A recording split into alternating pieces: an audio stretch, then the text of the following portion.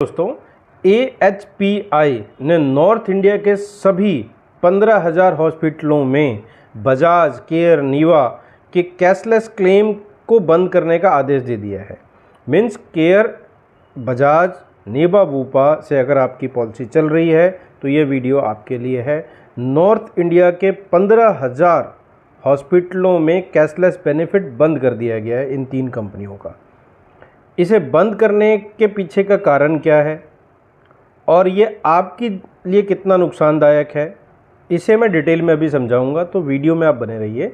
और अगर आप पहली बार मेरे चैनल पे आए हैं तो इस वीडियो को लाइक कर लीजिएगा और मेरे चैनल को सब्सक्राइब कर लीजिएगा। मैं इंश्योरेंस से जुड़ी हुई चीज़ों को आपके सामने रखता हूँ और उसके टिप्स आपको देता रहता हूँ। आइए समझते हैं कि AHPI क्या है और ये इतना पावरफुल क्यों है। AHPI, association of health care provider India, ये हॉस्पिटल का एक यूनियन है। ये एक यूनियन की तरह काम करता है जो हॉस्पिटल और कंपनी के बीच के कॉन्ट्रैक्ट और उनके बीच के जो भी डिस्प्यूट होता है उसको संभालता है, उसके लिए काम करता है और कस्टमर के हित में रह कर के काम करता है, जिससे कि कस्टमर और हॉस्पिटल और कंपनी तीनों का तरह का कोई दिक्कत ना हो, किसी को कोई दिक्कत ना हो। अच्छा, ये दिक्कत क्यों आई है अभी कि बजाज, केयर और नीवा ऊपा के कस्टमरों के लिए कैशलेस फैसिलिटी बंद कर दी गई है 1 सितंबर से, ऐसा आदेश दिया गया है अभी, क्योंकि पुराने रेट रिवाइज़ करने थे। हेल्थ इंश्योरेंस का MOM जो साइन हुआ था कंपनीज़ के साथ में और हॉस्पिटल के साथ में, उसके अकॉर्डिंगली डिडक्शन नहीं होता। ये डिडक्शन मनमानी तरीके से कर रहे थे कंपनी जो पेमेंट देती है, ये टैट होता है 45 डेज़ का, कि जो क्लेम आपने अप्रूव किया है, कंपनी ने जो क्लेम अप्रूव किया है उसे 45 डेज़ के अंदर अंदर आप हॉस्पिटल के अकाउंट में ट्रांसफ़र करा दोगे। लेकिन उसमें भी डिले हो रहा था, इसलिए ये कदम उठाया गया। इसका कारण एक और है कि जो इनिशियल पेमेंट है और जो इनिशियल अप्रूवल है और फाइनल अप्रूवल होता था, उसमें भी डिले हो जाता था। तो उस डिले को भी कम करने के लिए ये एक फ़ैसला लिया गया, या ये यूनियन के द्वारा एक आदेश दिया गया है।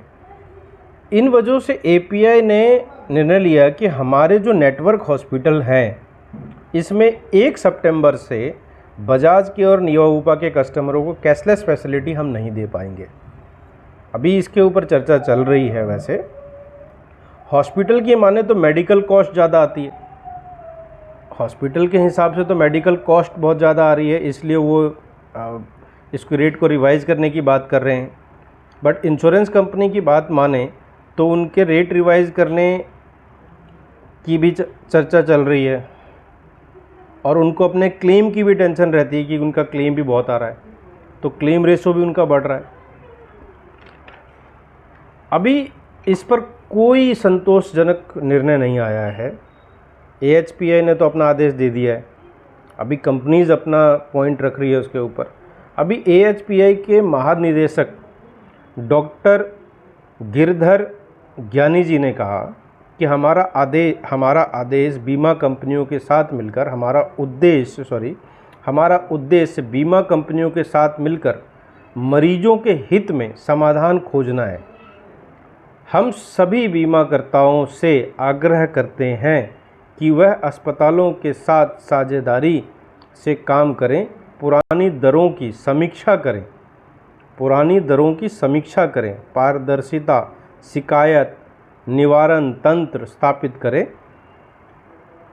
और डॉक्टरों के जो उनके क्लिनिक है उनके लिए भी अभी अगला आदेश आएगा, जो भी उनका आता है।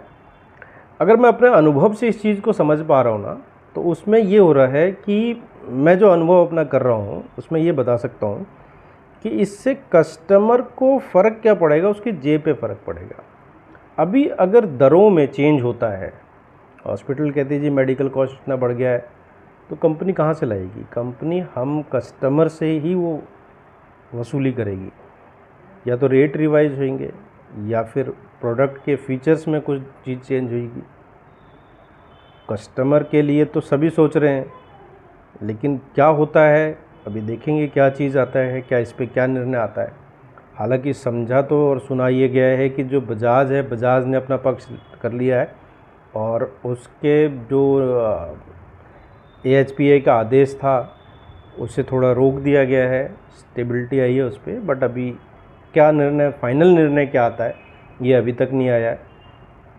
हर साल कुछ ना कुछ एक चीज़ें होती हैं हेल्थ इंश्योरेंस के अंदर और रेट रिवाइज़ करने का एक रीज़न मिल जाता है, या तो रेट रिवाइज़ हो जाता है और वो चीज़ें कोविड के बाद अगर हम देखें तो रेट रिवाइज़ हुए हैं बाकी कंपनियों के भी, और ये जेन्युइन लगा क्योंकि बहुत क्लेम आए।